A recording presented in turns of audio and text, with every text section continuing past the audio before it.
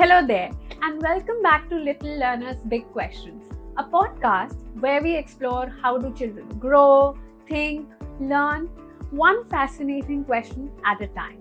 I'm Urvi Gubnani, your host, and today's question is something that every parent or teacher must have wondered about at some point in time, which is how do kids actually learn to read and how can we help them? For something that seems so simple when you know how to do it, reading is actually one of the most complex things that your brain learns to do.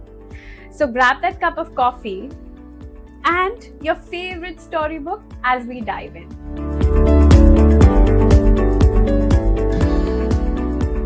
Let's start with a myth that we all must have heard, that kids learn to read when they're ready. Sounds gentle, right? But it's not quite true. See, talking and reading are not the same. Talking is natural. Our brains are wired for it. But when it comes to reading, our brain has to look back at old circuits of vision, memory, sounds to all come together so that we can read. So if you're waiting for reading to just click, then maybe you're waiting for something that your child needs a little help to begin with. And that's where science of reading comes in. Over decades, researchers have been able to identify 5 main pillars which help in building strong reading skills. It starts with the first one being phonemic awareness, where you become aware of the different sounds which come together to make a word. For example, cat and cat. If you were able to tell that the two words are different because the last sound or the last letter in the two words are different, that means you are phonемically aware. You can look at the sounds and say that these are two different words. And the kids can practice this by clapping out the sounds, by tapping to the sounds, or maybe just stretching out the initial or the last sounds so that they know that these are actually sounds which come together to make a word. Once they are comfortable with this, the second skill of phonics comes in, where they start associating the different sounds to the letters, which they can then later blend and decode and learn how to read. The third one is fluency. When they are comfortable with the phonetic skills is when fluency comes in, where they start reading with expression in a way as if we are talking to each other. The fourth pillar being vocabulary. When the children are exposed to lots of books, or even in everyday language when you're conversing to them, they're exposed to new words, they know meaning to a lot of words, and that enhances their linguistic skills. The final one being comprehension, where the kids are then independently able to understand and think about the text. When all these 5 skills come together, the reading circuit in the brain just lights up, and the kids move from sounding out to actually understanding what they have read. Now let's answer one of the biggest questions that parents ask. When can I help my child learn to read? Well, the good news is you can start right from birth. Now, from birth to 2.5 years, you can talk to them about your daily routine, sing songs or rhymes to them, or even read word books to them.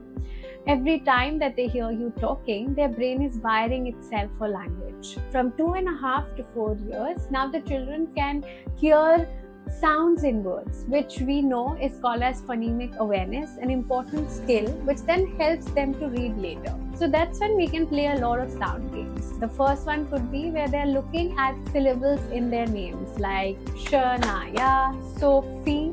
The next could be playing I Spy games, where they're spying around the house for objects starting with a particular sound, like the sound, sound, sound. Now here it's absolutely vital that as parents and teachers, we teach the children the correct sound pronunciation so that they can then blend it later to read independently. For this, you can look at videos by established phonics programs like Jolly Phonics, Read Writing, You Fly, Letterland. Once you're done with this, you can also be reading some rhyming books to them, like Cat in the Hat by Dr. Seuss. There are many more available by Dr. Seuss, by Julia Donaldson, by Eric Carle, and Mo Williams. These are some established children authors who've written lovely books for your kids. When the children reach the age of 5 to 7 is when their brain is developed enough for advanced phonics skill, where now, apart from associating the sounds to the letters, they are now also introduced to more complex sounds. They then blend these sounds to read the word, which is known as decoding. And that's where we can have decoding books for them. Now, what are decoding books? Decoding books are books which are specifically designed for the reading level of your children. Now, let's say that your child is well versed or comfortable with 6 or 7 sounds. Now, this book will be designed in a way that it will have only words which have these 6 or 7 sounds. As a result, your child does not feel overwhelmed or dissuaded from the process of reading. So instead of just waiting for reading to happen, we are building the skill step by step by reading out to them, by talking to them, or by singing songs or rhymes or playing sound games with them. Think of it like growing a garden, where the soil is the language, where the seeds are the sounds and the letters, and where the flower is when your child is able to independently read. So how do we make our little learners confident readers? Here are 5 research-backed strategies that you can use at home or in the classroom. First one is talk about the sounds. Play with the words. Talk about the rhyming words, stretch the initial or the final sounds in words, or you can even clap out the syllables in them. For example, asking what rhymes with cat, or what do you think are the sounds in the word ship? Let them clap out the syllables in everyday words like banana, apple. This generates phonemic awareness, which is a foundational skill for reading. Second is read aloud every day. As the kids read or get exposed to more and more number of books, their vocabulary and curiosity also increases. They also understand how language flows and the meaning of words in different contexts. Third is have them read decodable books. Now, a decodable book is the one which has the words aligned with the sounds that your child is comfortable with. Let's say it's Sam sat on a mat. And this is something which will be there for a child who knows that letter S says S, letter A says A, M says So the child will be able to read this sentence on their own. It's like cracking a code for them that at makes cat. And the more decoding practice that they get, they are able to read the words then automatically. As a result, their fluency increases. Fourth one is that make reading social. Try to read to them as much as possible and also as a family. You can read out to each other in funny voices, have a lot of animation in your voice, add drama so that they enjoy the process and they lean towards reading and not away from it. Finally, ask meaningful questions. This is for building comprehension, whether they have understood the text or not. You can ask them questions like, what do you think the character would do now? Or how do you think the character is feeling? What you would have done? This develops a deeper understanding and lets them critically think about the text. Alright, let's bust a few myths about reading. Here's the rapid fire round. Are you ready? The first one is, if you read to your child, they'll automatically learn to read. Not true. Well, reading out to your child definitely creates a love for language and stories, but for reading the print, they need to understand phonics and practice. Myth number 2, sight words are just memorized. Not at all, because sight words are words that your kids keep on coming across very often and they're able to read on their own, like the, said, was. But here's the trick. The kids have to decode them first, and as they keep on coming across them again and again, they're able to read them automatically.